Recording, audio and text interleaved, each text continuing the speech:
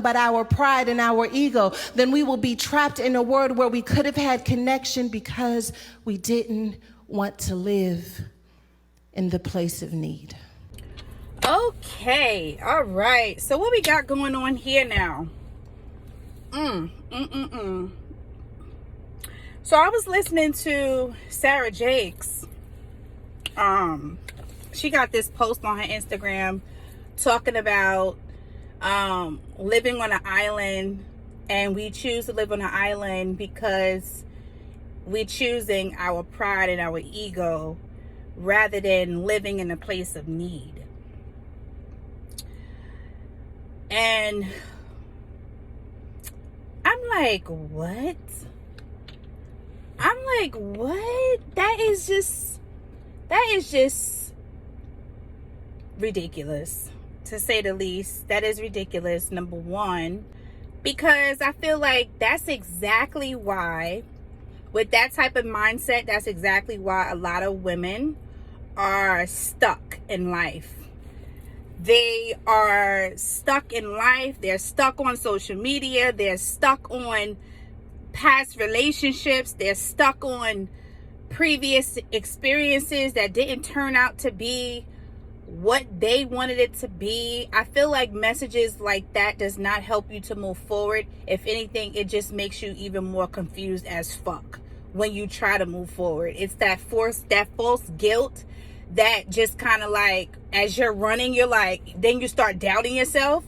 Like, you start to get a good rhythm, and then you're like, wait a minute, should I be doing this? Am I selfish for doing this?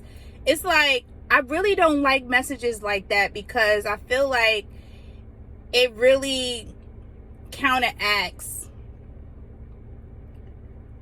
your inner strength, right? Like, why should you choose to live a life in a place of need? Why? Especially living in a place of need for connection. Like, that shit is so whack. That's the reason why so many people are not able to climb up the ladder and accomplish the goals and go after the dreams and visions that they want to and that God has for them, because they're stuck on waiting for connections with people. There's nothing wrong with being on an island and doing things yourself. It's not always about pride and ego. Sometimes it's about using what God had put in you, and maybe it's just not the time to have those connections. Like, no matter how many times you try to forge those connections with people, it's always something that just turns out that it's just not the time, or maybe they're not the person to have those connections with. So what are you supposed to do? What are you supposed to do? Just sit around and wait for the perfect time and waste away your life, your precious years, your precious time that God has given you? Is that righteous living? Is that really righteous living? No, I mean, okay, let me take a step back, because, I just really jumped at it, because it just really triggered something inside of me and just agitated me, because me personally, I know what that feels like, to wait around for connection, to wait around for people, to wait around for, the right opportunities. And how long can you wait when you're just wasting away? You're literally wasting away. So I don't even understand, why should we even preach that without fully analyzing that complete word, especially knowing the reality that most young women live in. We are not married. Not every young woman has a tribe of friends. Not every young woman has a supportive and loving family and background where they come from. Some people are really out here in survival mode. So it's not really always about pride and ego. Sometimes it's just who you are and who God created you to be. Some people are just leaders. Why is that so wrong? Why is it so bad? Now, does that say, am I saying that just because you're a leader that you don't long for connections? Of course, we all long for connections. But who is going to sit around and waste their life and waste their God-given talent and ideas and visions and goals waiting for people. Like, why would we even preach this from the pulpit? Why would we preach this from the pulpit to the masses? That's not even an empowering message. That is not empowering at all. If anything, that's oppressive. It's oppressive. You making me feel guilty for getting up, for picking up my mat and walking like the word of God tells me to? Okay, like, come on now. The man at the pool of Bethesda sat around and waited 38 years. He wasted 38 years of his life waiting for people. And you gonna turn around and preach that same message when God already said pick up your mat and walk? Like, I'm so clueless, and I'm just like, okay, listen, I get it. Like, I can see both sides to the story. Of course, we don't want to get full of ourselves and feel like we don't need anybody and we be just so self-righteous and so self-absorbed. I get it. But at the same time, sometimes that's just the situation. No matter how hard you try to forge those connections or those relationships with people, that's just what it is. So why should I feel guilty about picking up my mat and walking and trusting and believing in what God said he's going to do through me? Why do I want to sit around and live a life in a place of need? Like, who does that? Oh my God, she literally said, because you don't want to live a life in a place of need. The only place of need that you need to exist is needing God. You don't need to have people. You don't need to have a connection with people. Like, wow. And you know what? I'm going to back up, because maybe she wasn't talking, I'm going to give her the benefit of the doubt and say maybe she wasn't talking about connection with people. But that's not really my fault, because she only posted part of the message on her Instagram. So if I ran to the conclusion that she's talking about people, it's not my fault. That's how I interpret it. She never said connection with God. She just said connection. So that's very vague. And I hope and I pray that she's not talking about connection with people, because like sometimes you don't need to be connected with people. Sometimes the only thing you need to be connected with is God, especially if he's doing something different through you. Why would you want to be connected with people? They're just going to contaminate what God is doing through you. How many times do we see in the Bible where God puts people in isolation so he could work through them? So, I don't know. That's my piece on Sarah Jakes Roberts. Rolling my eyes, shaking my head.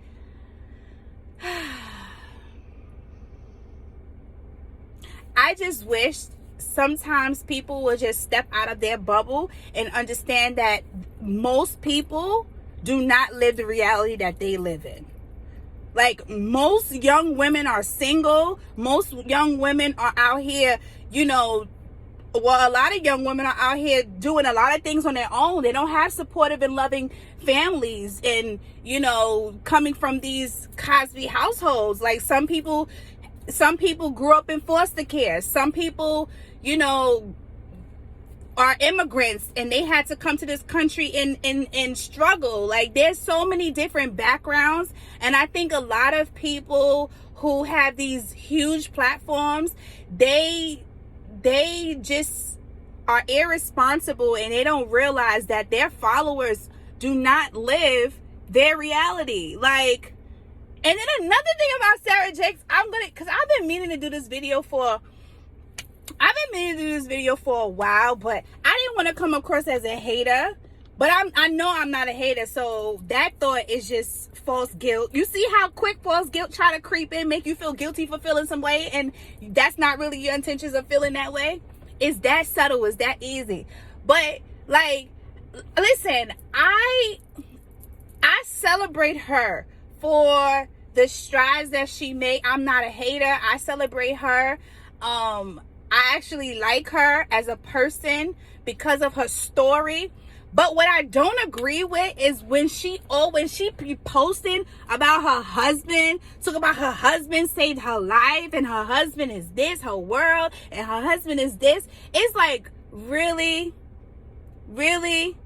And this is the reason why I always say you got to be very careful for that codependent spirit. That codependent spirit, because it's like when you send a message out there, you re-perpetrating that same message that women are incompetent or what's the word that I'm looking for? Not incompetent, but women are incomplete without a man. Like a man just completes your whole entire world. Like he's just your knight in shining armor. Like I don't agree with that message. Like I don't agree with that. And I think this really just ties into the first part of this video, because it's like I'm starting to pick up that she has this codependent mindset or codependent spirit about her, because it's like she be talking about like stuff that be like, what? Like it's just not right. It's just not right, and it just don't sound right. And that mindset is the reason why a lot of women feel like singleness is a burden and it's a curse instead of it being a blessing. Because when you see women like her and saying and glorifying their husbands and, oh, I'm this without you, and where was my life without you, and like, really, like, are you putting on a show? Because I didn't come to buy a ticket. Like, I don't want to watch that. I don't believe that. I don't believe that. I feel like you should be complete. You should be full. You should be complete as a person. Well, you know what? I'm going to take that back, because you'll never be complete as a person. You know, because there's always something for you to learn. There's always something to grow. But I would kind of just tweak that message a little bit and say, thank you for adding value to my life, being a great addition to my world, or something like that. But to say like, where would I be without you? That sounds fucking desperate as fuck. Like, it just sounds like you ain't have none of your shit together before you met that man. And I know for sure she did, because I saw it in the beginning. I followed their journey when they first got together. She was the boss, okay? She was like, she made it known to him, like, you taking me out. Like, she was that boss bitch. You know what I'm saying? So now you want to be all submissive and, oh, where would I be without you? Is that just to stroke his ego and make him feel good, because you know you got a lot of shit going on for yourself and you don't want to be intimidating and look like you just too powerful for him? Like, listen, if that's what it is, I get it. I'll keep your secret. That's between me and you. I won't tell nobody. But I just don't believe that. I don't subscribe to that message when females be like, oh, he's my world. I don't know what I would do without him. Girl, bye. You gonna live without him if you don't kill yourself. That's what you gonna do. Like, what else would you do without him? Like, he's not God. Why y'all sending that message to single women? Like, you know, it's just ridiculous. It's just really ridiculous, because the moment things don't work out, then you want to preach a message of power woman, boss woman, strong woman. But when you with a man, you can't preach that same message. Like, come on. Like, I feel like your ministry is not just for you. Your ministry is for people. There's two sides. There's two sides to the story. Like, come on.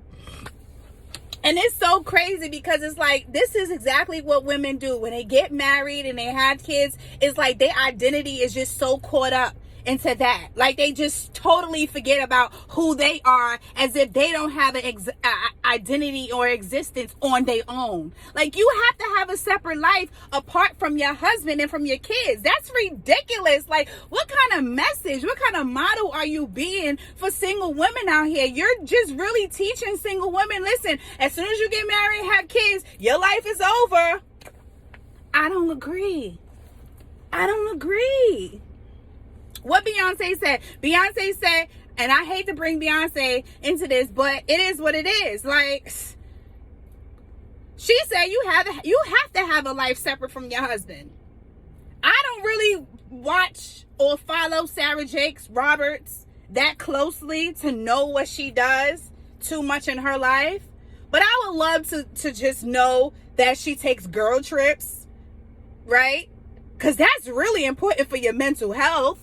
I would love to see that. I don't know if she does, so correct me if I'm wrong. Leave the comments below. Let me know. Put me on. Because honestly, I'm not really studying nobody's life like that. Only to just really say what the hell was on my heart. Because I really hate to see women just sucked up into that bullshit and really don't have just the tenacity within them to move forward and be who God called you to be because of bullshit messages like that make you feel guilty for wanting more for your life besides wanting a husband. Like, everybody don't want a fucking husband. Everybody don't want to feel connected to people. Some people have been violated where they feel like, okay, I'm good. You know, not everybody want to have connections with everybody. I'm just saying. What about the community of women who've been raped? What about the community of women who've been violated? What about the community of women who are still healing from their pain? You making them feel guilty because they want to be in isolation? Isolation is a good place for healing as long as you're isolating with God. That was a long one because y'all know I be passionate about how I feel. Look at my shirt. It says, that's my life. That's my life. Nah, I still like people, but listen, I don't fuck with a lot of people, period. I like people, but I don't fuck with a lot of people. And I don't fuck with a lot of people on different levels. Like, we cool. You know, I'll say hi, we cordial. If you enjoyed this video, if you agree, if you have any comments, and I know y'all gonna have comments because some people gonna agree, some people gonna disagree, and that's perfectly fine. That's what we here for. I'm here for it. I love it. Leave your comments below, like and subscribe my YouTube channel, and stay tuned for more. I got some product reviews coming. Girl, she's it. Have a good day.